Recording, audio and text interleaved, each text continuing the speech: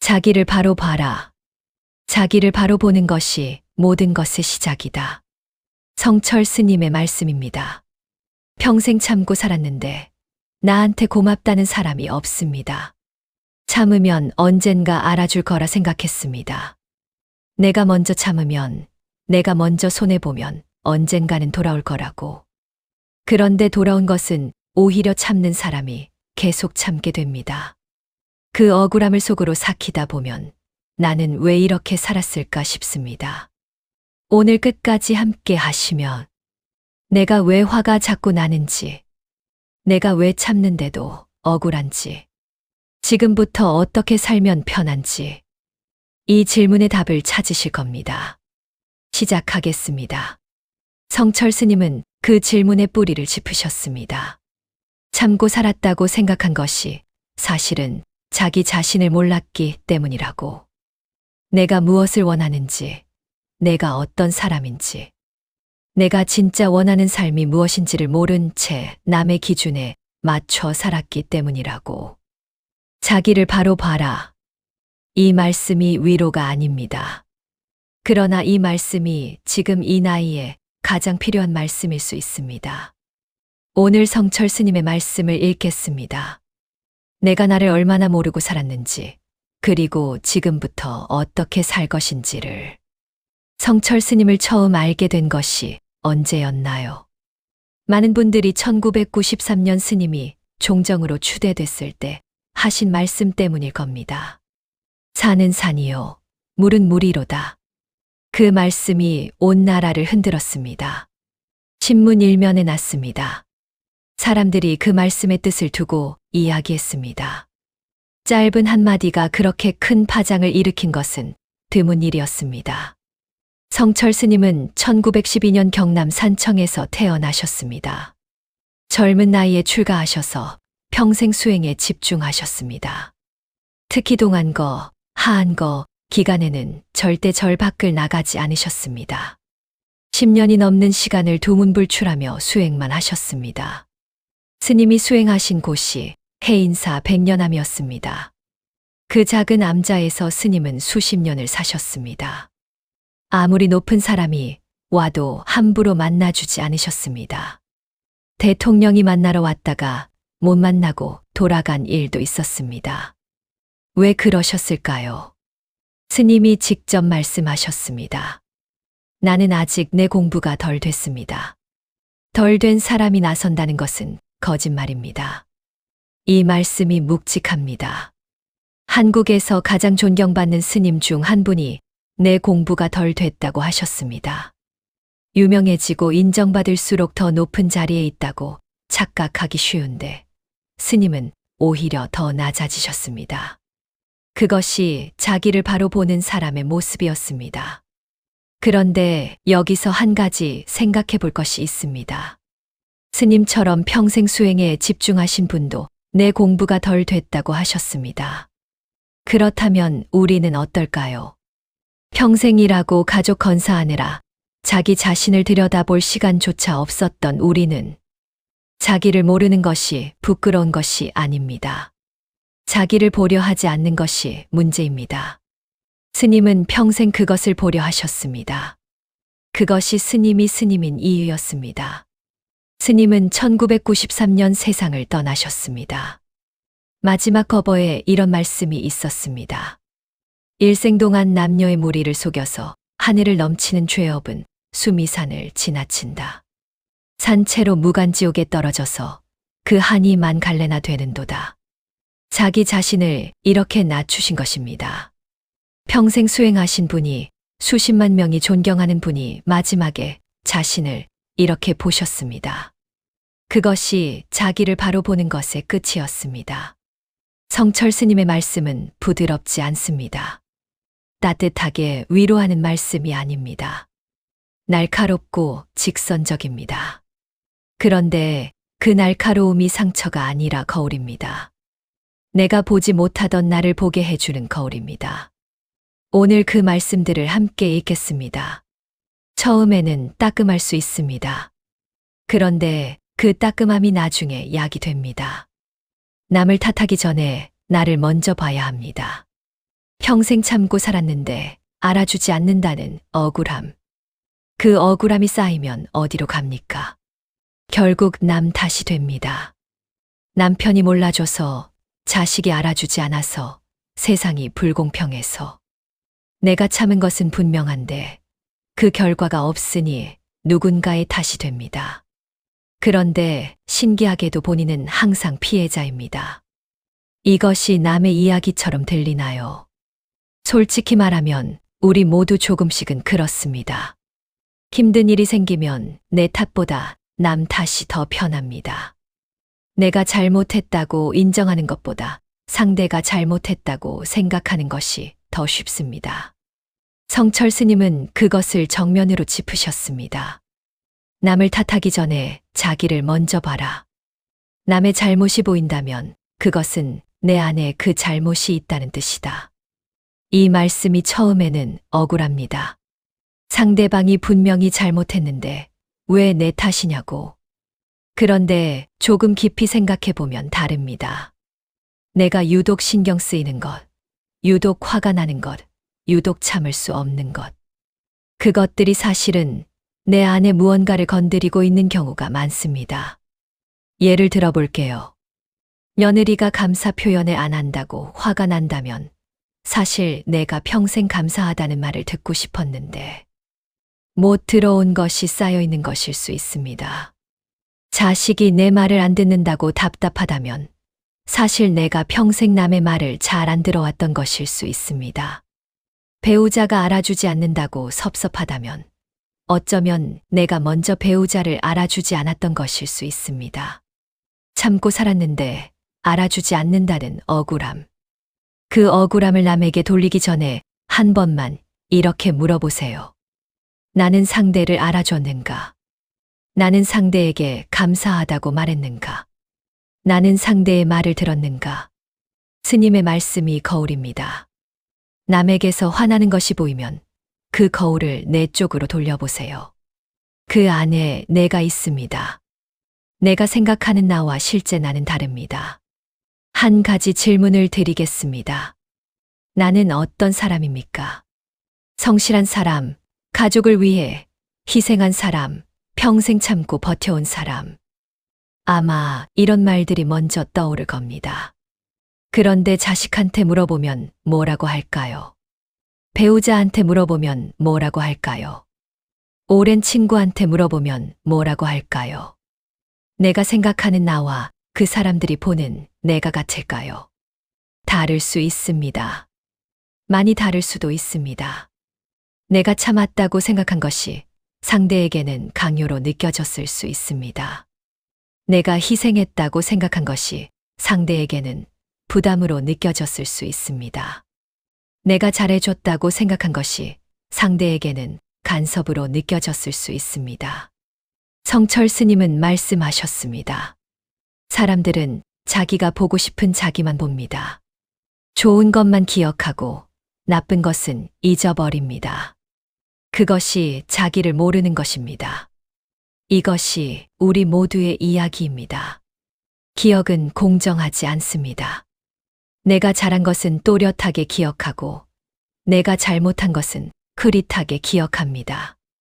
내가 참은 것은 크게 기억하고 내가 상처 준 것은 작게 기억합니다. 나이 들수록 이것이 심해지기도 합니다. 오래 살수록 자기 방식이 굳어집니다. 내가 해온 방식이 맞다는 확신이 강해집니다. 새로운 시각으로 자신을 보는 것이 더 어려워집니다. 스님이 주신 처방은 단순합니다. 불편한 말을 들었을 때 바로 반박하지 말고 딱 3초만 멈추라는 것입니다. 자식이 서운하다고 할 때, 배우자가 그건 아닌 것 같다고 할 때, 친구가 당신이 좀 그런 것 같다고 할 때, 그 순간 방어하기 전에 3초만 멈춰보세요. 그 3초가 자기를 바로 보는 시간입니다. 자존심과 자존감은 다릅니다. 참고 사는 사람이 어느 순간 폭발하는 경우가 있습니다. 오래 참았는데 한 번에 터집니다. 그 폭발이 지나고 나면 또 후회합니다. 그 반복이 지칩니다. 왜 그럴까요? 참는 것이 자존심을 건드리기 때문입니다. 내가 양보했는데 상대가 알아주지 않으면 자존심이 상합니다. 내가 희생했는데 인정받지 못하면 분이 올라옵니다. 그 자존심이 쌓이다가 한 번에 터지는 것입니다. 성철 스님은 자존심과 자존감을 구별하셨습니다. 자존심은 남에게 지지 않으려는 것이다. 자존감은 자기 자신을 있는 그대로 인정하는 것이다. 자존심이 강한 사람은 흔들리고 자존감이 깊은 사람은 흔들리지 않는다. 자존심은 남과의 비교에서 나옵니다. 상대가 나를 어떻게 보느냐에 따라 흔들립니다. 인정받으면 기분이 좋아지고 무시당하면 분이 올라옵니다. 참았을 때 알아줘야 기분이 풀리고 알아주지 않으면 억울합니다. 자존감은 다릅니다. 내가 나를 어떻게 보느냐에서 나옵니다. 남이 뭐라고 하든 내 안에 중심이 있습니다. 알아줘도 그만, 몰라줘도 그만입니다. 참는 것도 내가 원해서 하는 것이고 양보하는 것도 내가 선택한 것입니다. 그러니 억울하지 않습니다. 지금 내가 자존심으로 사는지 자존감으로 사는지 생각해 보세요. 남이 알아줄 때만 기분이 좋다면 자존심입니다. 남이 알아주지 않아도 오늘 하루를 잘 살았다고 느낄 수 있다면 자존감입니다. 참고 사는 것이 문제가 아닙니다. 인정받으려고 참는 것이 문제입니다. 자존심을 지키려다 관계를 잃지 마세요. 화가 나는 것은 내 문제입니다. 참고 참다가 화가 터질 때 그 화의 방향이 가족에게 향하는 경우가 많습니다. 가장 가까운 사람이 가장 많이 맞습니다. 며느리가 인사를 안 해서, 자식이 연락을 안 해서, 배우자가 내 말을 흘려들어서. 그 화가 당연한 것 같습니다. 상대가 잘못했으니까요. 성철 스님은 그 화를 다르게 보셨습니다. 화가 난다는 것은 내 안에 불씨가 있다는 뜻이다. 상대방은 그 불씨에 바람을 불어넣었을 뿐이다. 불씨가 없으면 아무리 바람이 불어도 불이 붙지 않는다. 이 말씀이 처음에는 억울합니다. 상대가 잘못했는데 왜 내 문제냐고. 그런데 생각해보면 같은 상황에서 어떤 사람은 화를 내고 어떤 사람은 그냥 넘깁니다. 같은 말을 들어도 어떤 날은 화가 나고 어떤 날은 그냥 지나갑니다. 화는 상황이 만드는 것이 아니라 내 안의 상태가 만드는 것입니다. 평생 참아온 사람일수록 그 불씨가 더 크게 쌓여 있을 수 있습니다. 참은 것이 해소되지 않고 안에 쌓여 있으면 작은 자극에도 크게 터집니다. 그래서 별것 아닌 일에 크게 화가 나는 것입니다. 화가 날 때 상대를 바꾸려 하지 말고 내 안을 보세요. 이 화가 지금 이 상황 때문만이 아니라면 더 오래되고 더 깊은 곳에 쌓인 것이 있는 것입니다. 그것을 보는 것이 자기를 바로 보는 것입니다. 그것을 봐야 그 불씨가 조금씩 꺼집니다. 죽을 때 후회하지 않으려면 어떻게 해야 할까요? 임종을 앞둔 사람들이 가장 많이 하는 후회가 뭔지 아시나요? 하고 싶었는데 못했던 것들, 그리고 사람에 대한 것들. 좀 더 잘 대해 줄 수 있었는데, 그 말 한마디 하지 말았어야 했는데, 더 자주 봤어야 했는데. 그런데 참고 살아온 사람들에게는 또 다른 후회가 있습니다. 참기만 하다 갔다는 것. 하고 싶은 말을 못하고 갔다는 것.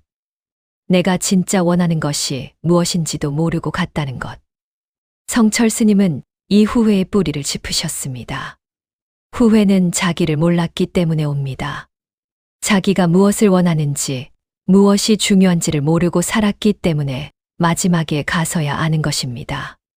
자기를 바로 본다는 것이 결국 이것입니다. 지금 내가 무엇을 원하는지, 지금 내게 무엇이 중요한지, 지금 내가 어떤 사람인지, 이것을 모르면 남의 기준으로 살게 됩니다. 자식이 원하는 부모가 되려 하고, 사회가 요구하는 어른이 되려 하고 남들이 좋다고 하는 것을 쫓게 됩니다. 참는 것도 그 기준에서 비롯된 것일 수 있습니다. 내가 원해서 참는 것이 아니라 참아야 한다는 기준을 따르는 것. 지금 이 질문을 해보세요. 나는 지금 무엇이 가장 소중한가? 나는 지금 무엇을 가장 원하는가? 그 답이 지금 내가 어떻게 살아야 하는지를 알려줍니다. 나중에 후회하지 않기 위해 지금 그것을 하면 됩니다. 성철 스님의 말씀이 오늘 날카롭게 와닿았다면 그것이 오늘 이 영상의 의미입니다. 자기를 바로 본다는 것이 거창한 것이 아닙니다. 오늘부터 조금씩 일상 속에서 할 수 있는 것들입니다. 불편한 말을 들었을 때 3초 멈추세요. 자식이 서운하다고 할 때, 배우자가 그건 아닌 것 같다고 할 때, 친구가 당신이 좀 그런 것 같다고 할 때, 그 순간 바로 반박하지 마세요. 딱 3초만 멈추세요. 그 3초 동안 이렇게 생각해 보세요. 저 사람이 이 말을 왜 하는 걸까? 저 말 속에 내가 미쳐보지 못한 것이 있을까? 그 3초가 처음에는 어색합니다. 그러나 그 3초가 쌓이면 달라집니다. 방어하는 대신 듣는 사람이 됩니다. 듣는 사람이 되면 관계가 달라집니다. 참는 것과 원하는 것을 구별하세요. 오늘 내가 참고 있는 것이 있다면 이렇게 물어보세요. 나는 왜 이것을 참고 있는가? 내가 원해서 참는 것인가?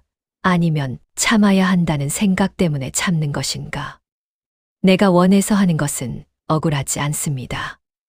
해야 한다는 의무감으로 하는 것이 억울함을 만듭니다. 그 구별을 하는 것이 자기를 바로 보는 첫걸음입니다. 하루를 마치며 두 가지를 물어보세요.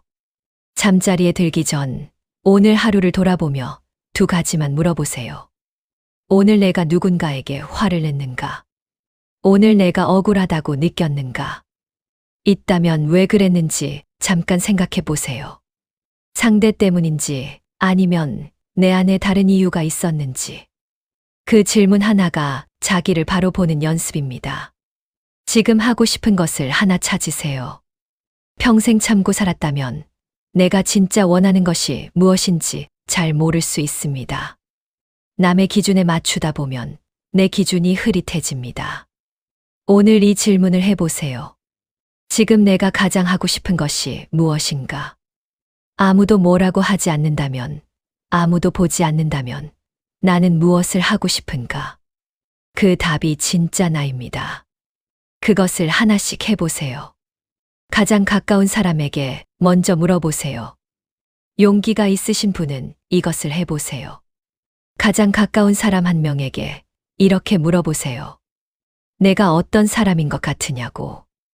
내가 힘들게 한 적이 있었냐고. 그 답이 불편할 수 있습니다. 그런데 그 불편함이 귀중합니다. 그 안에 내가 못 보던 내가 있습니다. 그것을 듣는 것이 자기를 바로 보는 용기입니다. 오늘 하고 싶은 말을 하세요. 참고 살았다면 못한 말들이 있을 겁니다. 고맙다는 말, 미안하다는 말, 보고 싶다는 말.